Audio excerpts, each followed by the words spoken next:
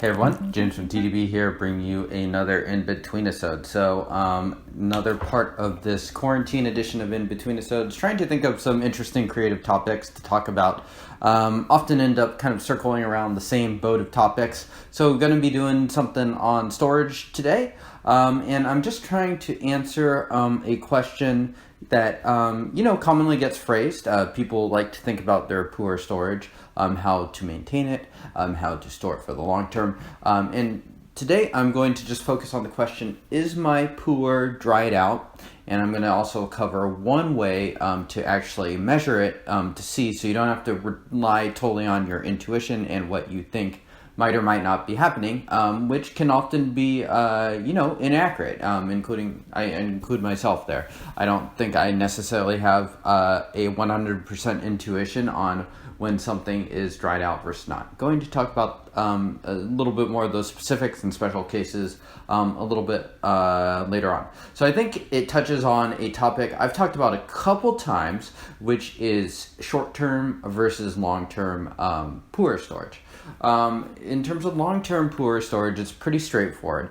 There's no quick way to sort of replicate like 15 years stored in southern Taiwan, for instance.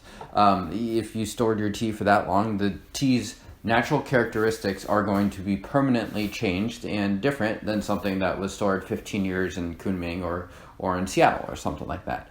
But that doesn't mean you could have a 15-year, you could have a tea that was stored 15 years in Taiwan that is dried out because you stored it somewhere else afterwards, but just in the same way, you can have a 15-year stored tea in Kunming that is also dried out. And so it kind of comes to bring around sort of just like how you're storing tea to maintain it, and how big a difference that can make, and it can make a difference versus how the tea has been stored long term. So today, because we're talking about specifically is your Pu'erh dried out, that is a topic that specifically is about the shorter term storage of Pu'erh. So the anecdote I always mention is an Inbetweenisode I filmed in 2018 about the 2007 Yongqing Hao Lingya. In that episode, I brought on 3 different Lingyas.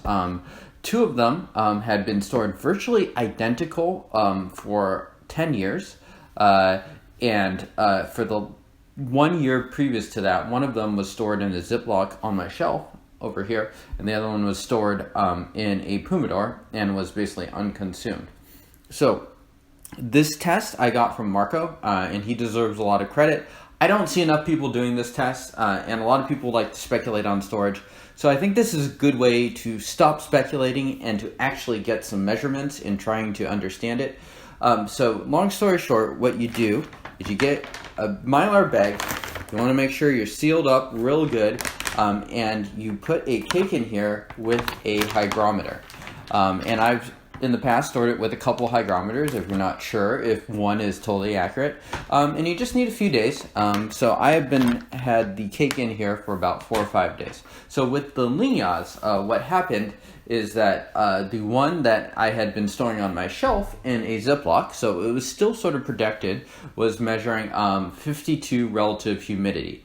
And that's pretty close to my ambient humidity, especially in my old apartment, maybe a little bit above that, which means that over time it was moving and sort of gravitating downwards towards that humidity.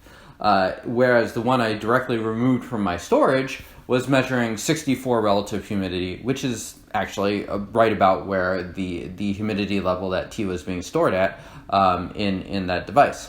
So that shows that there was a difference of 12 relative humidity. Could I taste the difference? 100%. So despite being stored in basically the same storage for over 90% of their lifespan, there was definitely a taste difference in how they are stored. And it sort of prompted me to think more about short-term storage and how to keep Pu'erh relatively hydrated.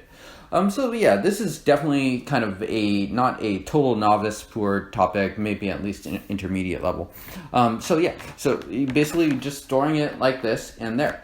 Most of the teas that I get from Taiwan shipped here will measure 60 to somewhere in the 60s in terms of relative humidity.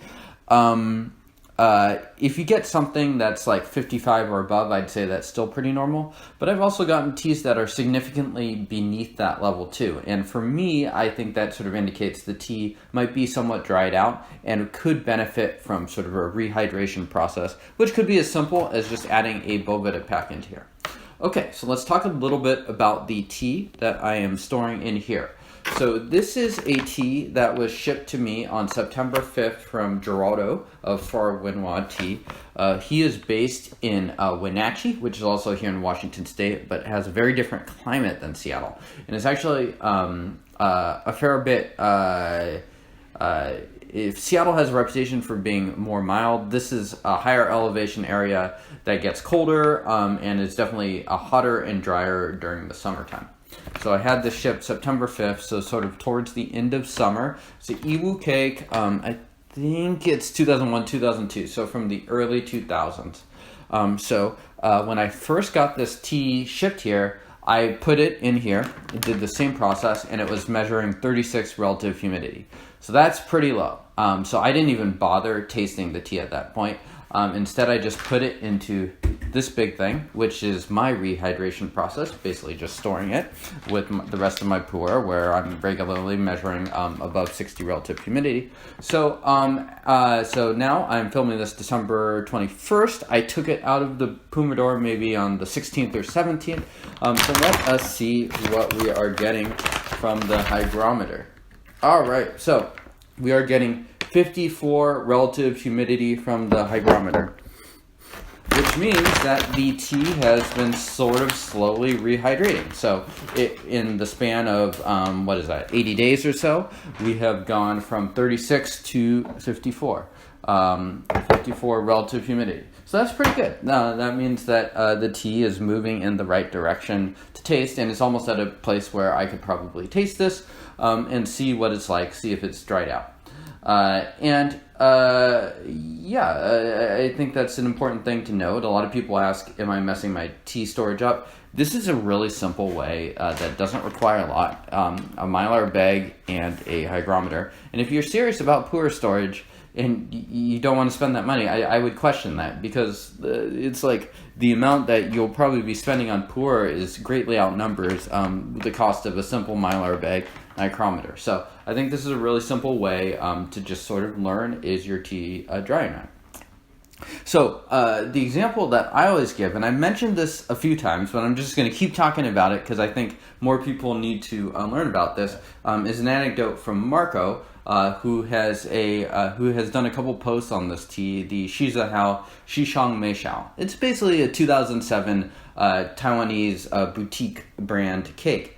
And so the tea that he got in terms of long-term storage was shipped to him, and it was pretty humid. It was a humidly stored cake.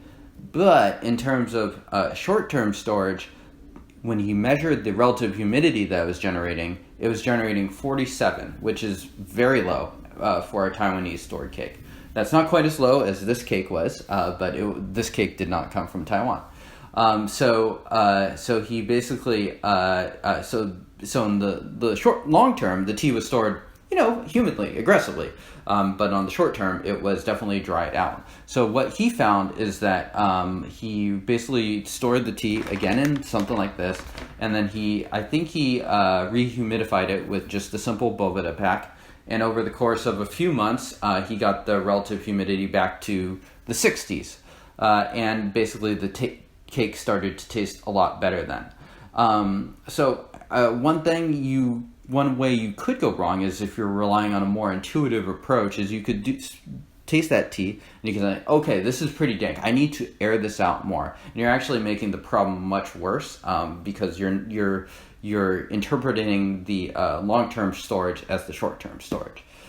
So that's one example that's a little counterintuitive, and I think it's a good convincing example of why you should do this example if you're not sure about what your tea is measuring, and if your tea is dried out. Because your tea could be dried out for reasons that are beyond your own storage. In that instance, what probably happened is the vendor thought the cake was humid, and so they were trying to air it out and stuff, and that makes sense. But what ended up happening was the tea was probably a little bit too aired out. Okay, so there's a couple last things to mention.